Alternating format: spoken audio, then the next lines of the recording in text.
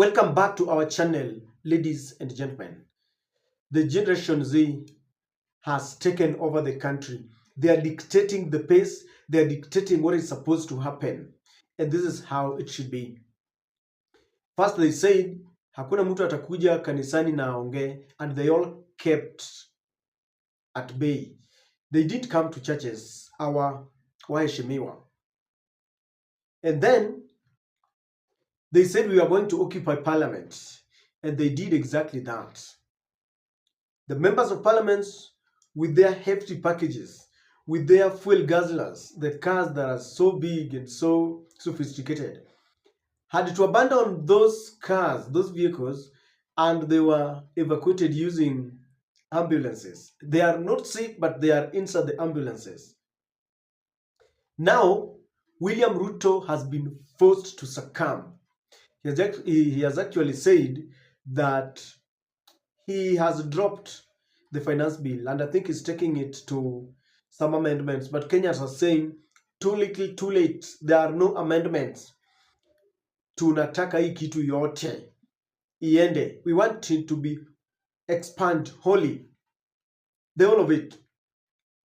And Kenyans are wondering, why did he have to wait for this long, for blood to be shed before he does the right thing? Again, the Gen Z has now forced the military guys to be deployed amidst us. And Duale had to gazette the deployment of the military wing in the midst of Kenyans without following the law. Then today, the National Assembly Majority Leader Kimani Chungwa proposed something that had already been gazetted. And in a span of less than 30 minutes, the Kenya Kwanza members of parliament passed that bill that the KDF will now be deployed, something that had already been gazetted. Now they have already breached the law. Come to think of it, that within a span of a second, a single recklessness, a moment of recklessness can plunge our nation into an irretrievable quagmire. Because it started with a bill that people did not like, and people expressed themselves unequivocally and told them no. Then they tried to force it down our throats, and the Gen Z said, tutapambana. Yesterday, parliament was burnt, people died, it was bloodshed. Then Ruto comes and tells us, now I have withdrawn it.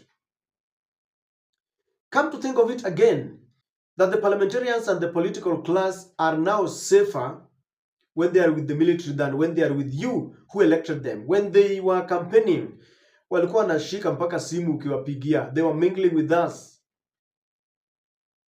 Wananunua mandizi tunakula pamoja. Now they feel threatened.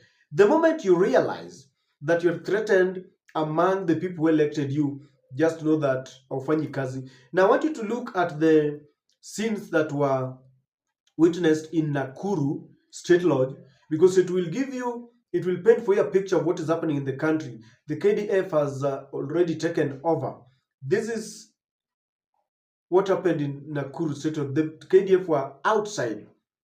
They are very serious, not laughing with the ugly nozzle of the guns, sophisticated weapons that are supposed to be used to guard us against external forces. Can you take a look? Nakuru Statehouse banzi. Boss. Unaona ni Nakuru Statehouse? Boss. Unaona ni Nakuru Statehouse eh? Boss. Unaona ni Nakuru wapi? Boss. Hiyo ni Nakuru wapi? Nakuru Statehouse eh?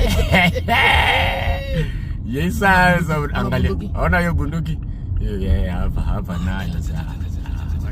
Mimi hata site siendi. Wacha nikalale. Turudi tulale. Ona bunduki, ona bunduki nitapigana. Ona hiyo bunduki? Boss. Ana watu ngapi? Eh? Ini bunduki gani kwanza ita? And the Weston Hotel was looking like this because special forces have been deployed there. This is happening because, you know, William Ruto never imagined that members could gain entry into parliament. Members of parliament never imagined that there would come a time when members of the society would gain entry into parliament.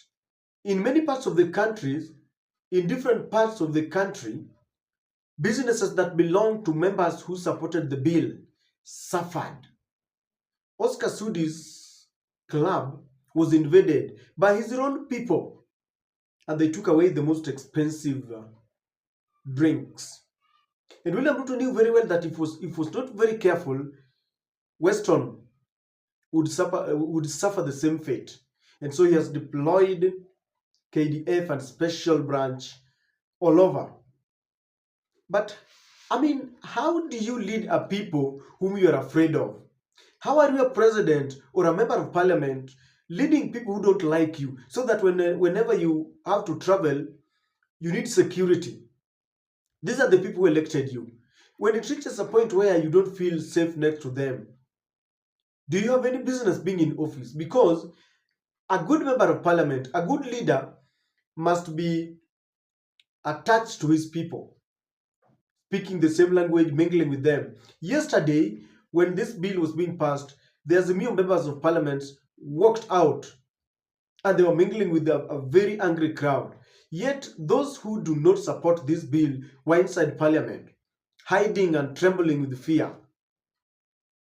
Something is wrong and they know something is wrong. Our members of parliament understand that we are working to please the international community, yet they can't stand up. You want to tell me there is no any one person who has got the guts to tell William Ruto, hey, the king is naked. All of them want to tell the king that you are dressed in your Sunday best, yet he's naked. And they want to fool the king. We don't have any one member of parliament who can tell William Ruto things are not right. When you see the ordinary Kenyans getting into parliament and they destroy property, that is how they want to express their anger. Because in normal public participation, you hear their voices and you ignore. So how do you expect them to express their views? Then you talk about democracy. You know, the bottom line about democracy is this. You listen to the people and implement. You know, we usually talk about democracy and say, we will listen to you. But what happens after listening? There is no implementation. Therefore, you leave them with no any other way to express their anger except to do what they did yesterday. People were killed, policemen and ordinary Mwananchi, and we condemn the killings. But then, who is the main cause? A government that does not want to listen to people. Unemployment rate is very high. People don't have jobs. The cost of living is just too high. The cost of education too high. Subsidies have been abandoned and taxes are skyrocketing. How do you expect an ordinary Kenyan to express his anger? They cannot reach you in your homes. Homes are guarded. They cannot reach you.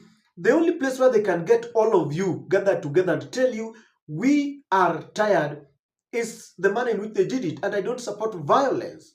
But then you need to listen to your people. Right now, the KDF is now being deployed. Did you know that history has proved or has proven that the power of the people overrides any power, every power? In chapter 1 of the Constitution, power belongs to us, you and I.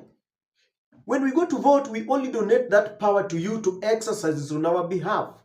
You are supposed to guide us the way we want, not the way you want. That is why we have a constitution to guide us.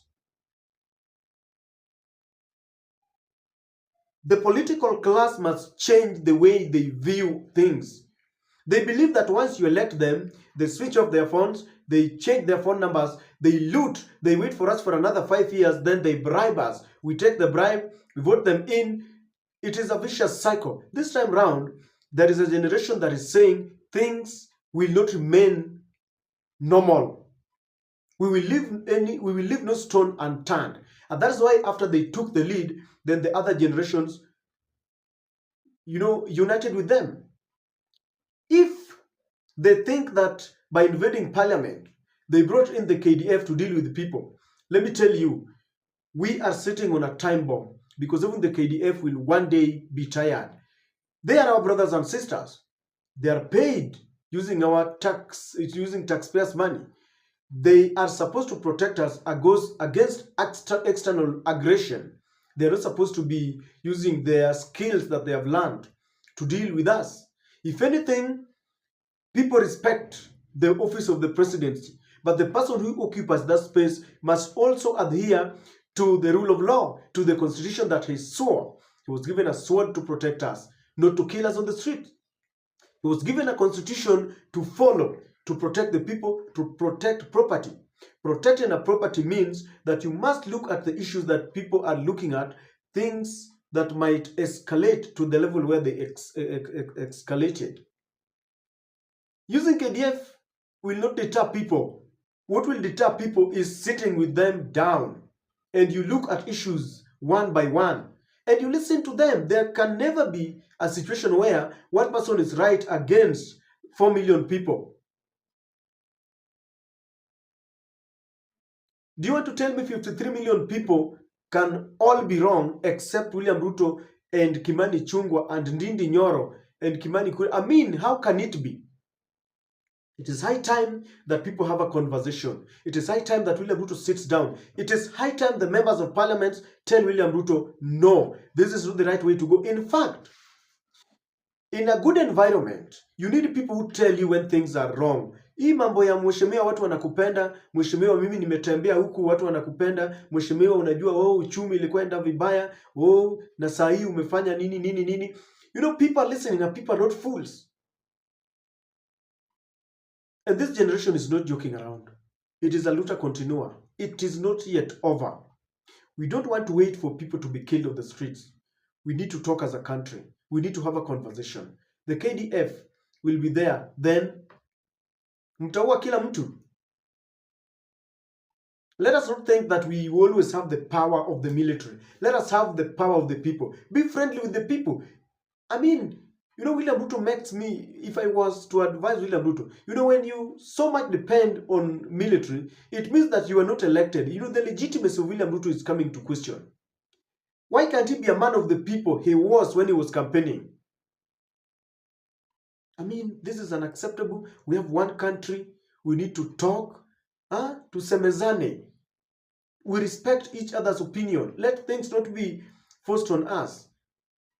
And this kind of arrogance that the political class has exhibited over time must stop. And with that, we'll build our country.